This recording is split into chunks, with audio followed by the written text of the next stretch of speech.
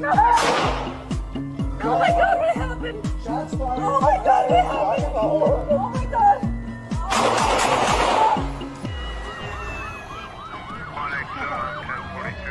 Bandang alas 5 ng umaga noong ika-20 ng Hunyo taong 2015 sa lungsod ng Seattle, Washington, Estados Unidos, isang mabait na residente ang nakakita sa kapitbahay na nag-aaway. Sa harap ng pinto kaya agad siyang tumawag sa pulisya. Male and female screaming at each other. Can you hear if they're making any verbal threats to harm each other? I think it sounded like she was screaming, "Help me," say at some point, "Don't hurt me." Makalipas lamang ng ilang minuto, isang babae ang sumigaw ng tulong. Agad na dumating ang maraming pulis sa lugar. Binalaan nila ang lalaki na bitawan ng babae. Sabay bunot ng baril bilang babala. Ngunit siya'y biglang tumalikod at tumakbo papasok sa apartment. Naging lubhang mapanganib ang sitwasyon. Seattle Police Department! Sir, inside of this unit! Sobrang takot ang babae kaya hindi agad nakapakalma. Nang inihahanda na ng pulisya ang kanyang paglabas, biglang umalingaw-ngaw ang putok ng baril.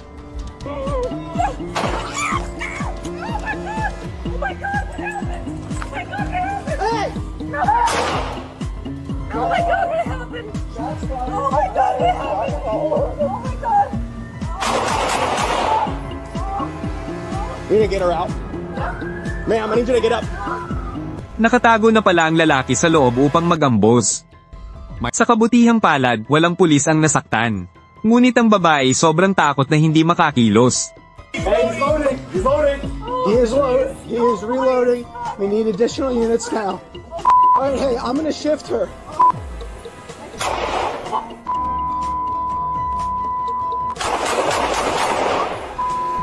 Drop the gun, sir! Seattle Police Department! Come on, with your hands up! Moving to another unit.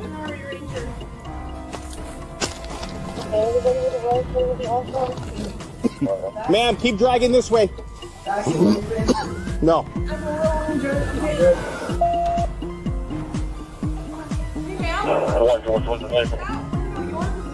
Yeah. Relief medic, female is hit. Female was hit. Yeah, that's on my wall here. I got both windows. I just can't see the window he's shooting Are there from. any officers series at this time? Oh, he's in that window right now, Matthew. Which one? Yep, right where your light is. On the left. Just saw him. Three. Your light on that window. Make sure we're still giving commands, Dave. Yeah, I see it right there. Right there. Back up, back up. You just shot from here. Back up, back up.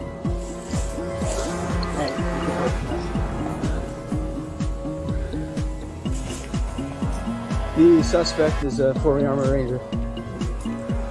Suspect is a former Army Ranger. Again, white male, possibly Hispanic, bald, 5'10". Dave, also watch this window. Yeah, go ahead and back up all the way back. Yeah, how about you guys keep right here? We'll keep here. 21, one side of I can No. see part of the door only. I can see the stairwell. I can see the stairwell. I can't see to the right. Hey, Emery. Yeah. Can you hold the window while I drag her out? Yep, he's right there. Right there. Right there.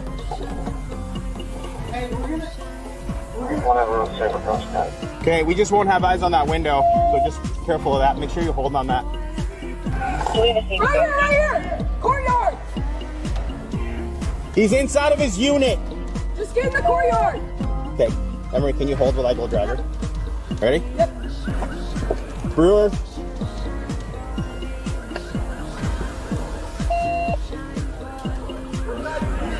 Over here! Yep. 1 Charlie 11, fire is staging. Do you want them to move to the scene or move to a secondary location? If we can get an SPD EMT on scene, they can move to a secondary location. But we are unable to render aid at this time. Seattle Police, show me your hands!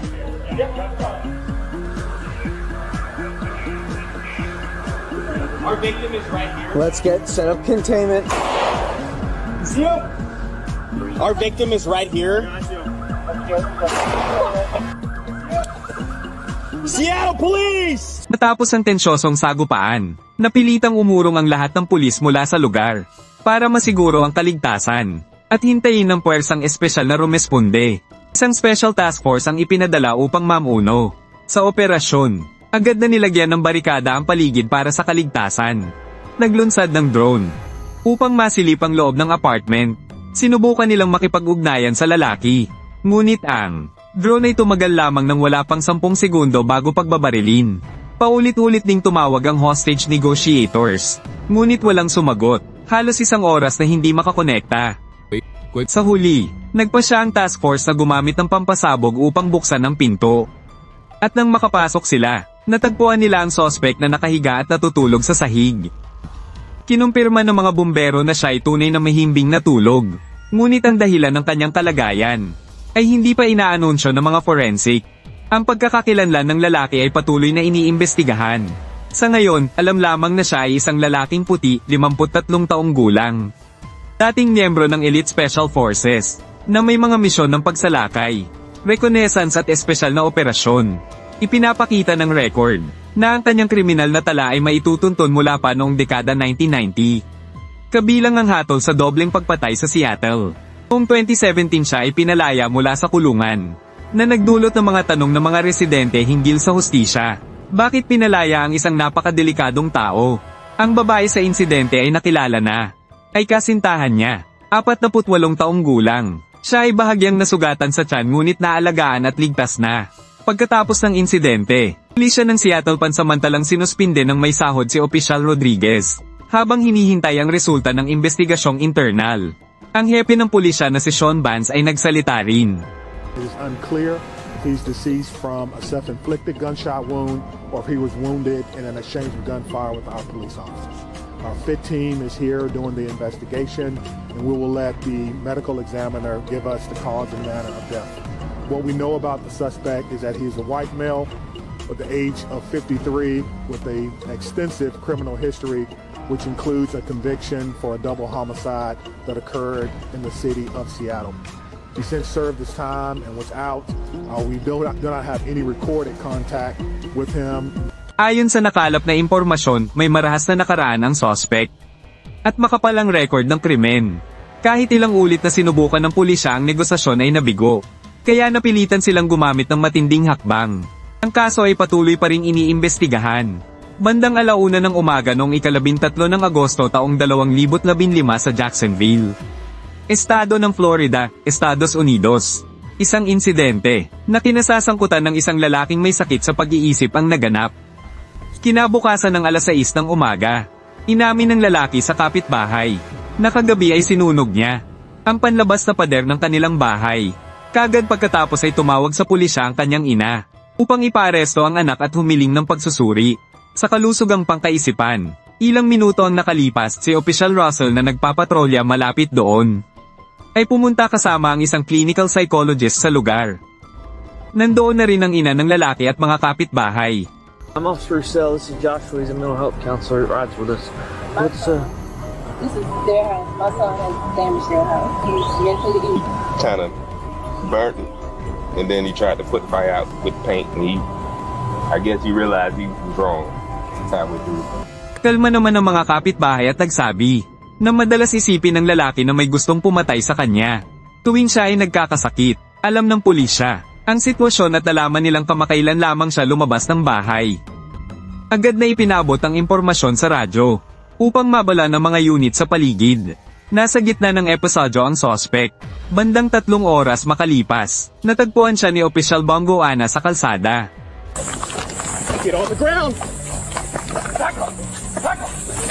Drop the knife! Drop the knife! Ngunit hindi humubra ang babala. Napilitan ng opisyal na gumamit ng stun gun bago bunutin ang baril at hintayin ang suporta ng mga kasama. Nang dumating ang iba pang pulis, mabilis nilang nakuha ang kutsilyo mula sa kamay ng lalaki at agad nagsagawa ng first aid. Subalit nang dumating ang mga medics, idineklarang patay na siya sa lugar. Nakilala ang lalaki bilang si Brant Giles, 30 taong gulang. 2 taon na ang nakaraan ay tinamaan siya ng bala sa mukha, na posibleng nagdulot ng pinsala sa nerbiyos, ng utak na humantong sa sakit sa pag-iisip. Pinakita rin ng record na dati na siyang naitala na may problema sa kalusugang pangkaisipan. Ipinakita ng video mula sa kamera bandang 1:00 ng umaga, na si Giles ay nagtapon ng pintura sa bahay ng kapitbahay.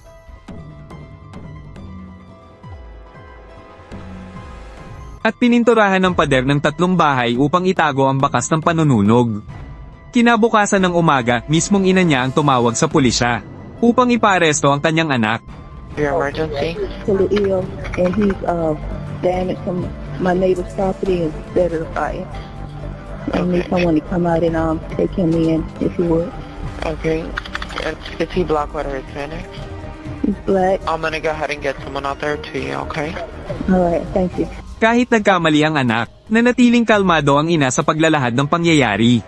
Maging ang mga kapitbahay, kahit may pinsala sa ari-arian ay hindi humiling ng bayad pinsala. Marahil nauunawaan nilang mag-isa niyang pinalaki ang anak na may sakit. Sa gitna ng hirap, pagkatapos iniulat ng pulisya na ang lalaki ay may dalang kutsilyo. Maraming beses ginamit ni Opisyal Bogana ang stun gun, ngunit walang epekto, kaya napilitan siyang bunutin ng baril at nagpaputok, na ikinamatay ng lalaki. Nagpahayag ng panghihinayang ang pulisya ngunit dahil may barilan, kailangang iulat ang kaso sa taga-USIG, upang tukuyin ang legalidad. Isang eksperto sa batas at dating federal na taga-USIG, si Curtis Fangate, matapos panoorin ang video ay nagtanong, bakit agad gumamit ng nakamamatay na puwersa ang pulisya? Gayong sa paligid, noong oras na iyon ay walang sibilyan o kapitbahay, at hindi rin direktang nanganganib ang opisyal. Ayon sa kanya, ang pulisya ay maaari pa sanang gumamit ng stun gun na hindi nakamamatay, o magpalabas ng asong pangserbisyo upang kontrolin. Sa halip na agad magpaputok ng 7 bala sa isang taong nasa layo na humigit kumulang 18 hanggang 21 metro. Ayon sa kanya, walang ebidensyang nagsasabing ang opisyal na ito o sino man ay nasa agarang panganib. Kaya matapos ang pagkamatay ng lalaki, maaaring ituring ang kaso bilang pagpatay. Ang pangunahing tanong ay, makatwiran ba ang paggamit ng baril? Kung hindi, maaaring kasuhan ng opisyal. Sa ngayon, sinusuri ng opisina ng taga-USIG ng estado ang kaso, upang tukuyin ang legalidad at pagiging makatarungan. At pagkatapos ay ipapasa ang resulta sa ng pulisya ng Jacksonville. Ayon sa talaan sa Jacksonville, mula sa simula ng taon ay May 13th insidente ng pamamaril. Karaniwang 1 o 2 bawat buwan. Kung titingnan ng patas, malinaw na ang lalaking may sakit sa pag-iisip ay may hawak na kutsilyo. Kaya mapanganib ang sitwasyon. Ngunit hindi siya sumugod upang umatake. Ngunit habang tumatakbo ay binaril siya ng pulisya. Dahil dito, marami ang nagsasabing siya ay may bahid ng pawalang katarungan. Sa katunayan sa Amerika, kapag nagpaputok na ang pulisya, kadalasan ay inuubos nila ang magazine, na nagiging dahilan upang mababa ang tsansa ng kaligtasan. Ang tanging magandang balita ay matapos ang insidente, nakakatulog ng payapa ang mga kapitbahay sa komunidad. Kaya, ano ang palagay ninyo tungkol sa pangyayaring ito? Iwan ninyo ang inyong komento para talakayin. Ito na nagtatapos ang video na ito. Magkita-kita tayo sa susunod na video. Salamat sa panonood. Huwag kalimutang mag-like at mag-follow upang makatanggap ng mas marami pang kawili-wiling balita.